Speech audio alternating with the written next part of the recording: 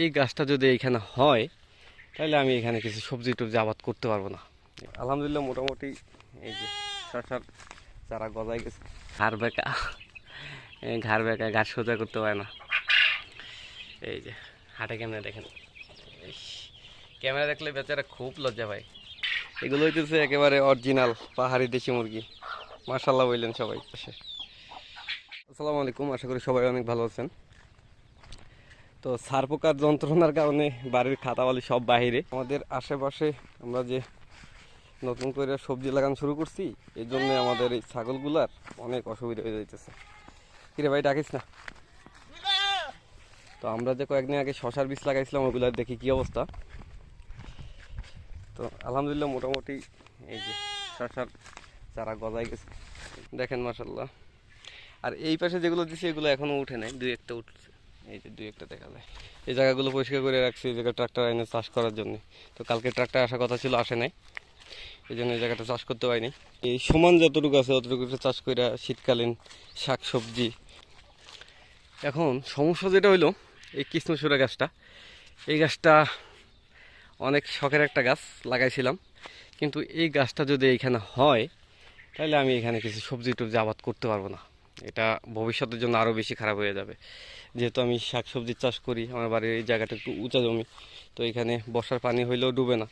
তো এরকম একটা জায়গায় যদি আমি এখন শুধুমাত্র শখের জন্য এত বড় একটা গাছ বানাই, তাইলে কিন্তু এটা যত বড় হবে অত আমার জন্য সমস্যা। আমাদের বাড়ির কাঁচাবালি সব বাইরে, একমাত্র সার পোকা যন্ত্রণার কারণে। এগুলো হইতেছে একেবারে অরিজিনাল পাহাড়ি দেশি মুরগি। মাশাল্লাহ বললেন সবাই। ওই যে ওই যে আমাদের চীন হাঁসগুলো ওই পাশে, ওই যে চীন হাঁস গরু।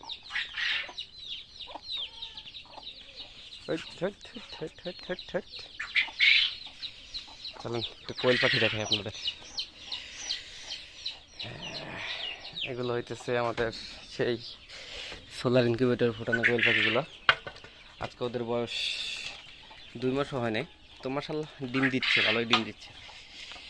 ওদেরকে খাবার দিতে হবে, একটু খাবার দেই, আপনারা দেখেন।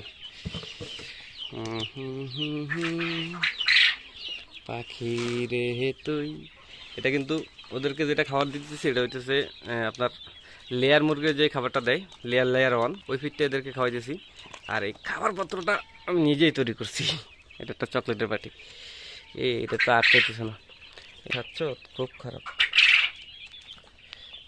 সবাই একটু মাশাল্লাহ বললেন।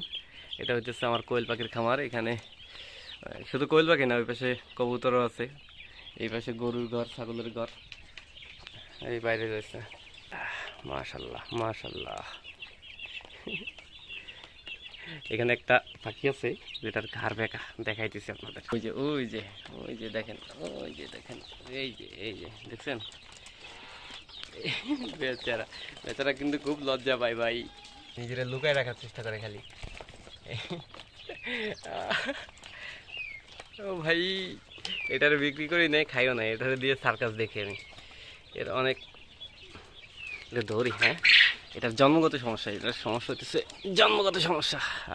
পুরুষ পাখি একটা, কিন্তু অনেক চঞ্চল মাশাল্লাহ। এদের সমস্যা হইতেছে ঘাড় বেঁকা, ঘাড় সোজা করতে পারে না। এই যে হাটে কেমনে দেখেন, ক্যামেরা দেখলে বেচারা খুব লজ্জা পায়। ওর সাথে কেউ মিশে না, মহিলা পাখিগুলো ওরা দেখতেও পায় না, খালি ঠুকরায়। এই ছিল আজকের ভিডিও। এতক্ষণ ধরে যা ধৈর্য ধরে ভিডিওটা দেখছেন সবাইকে অসংখ্য ধন্যবাদ। ইনশাল্লাহ দেখা হচ্ছে আমাদের পরবর্তী ভিডিওতে। সেই পর্যন্ত সবাই ভালো থাকেন, সুস্থ থাকেন। আসসালামু আলাইকুম, আল্লাহ হাফিজ।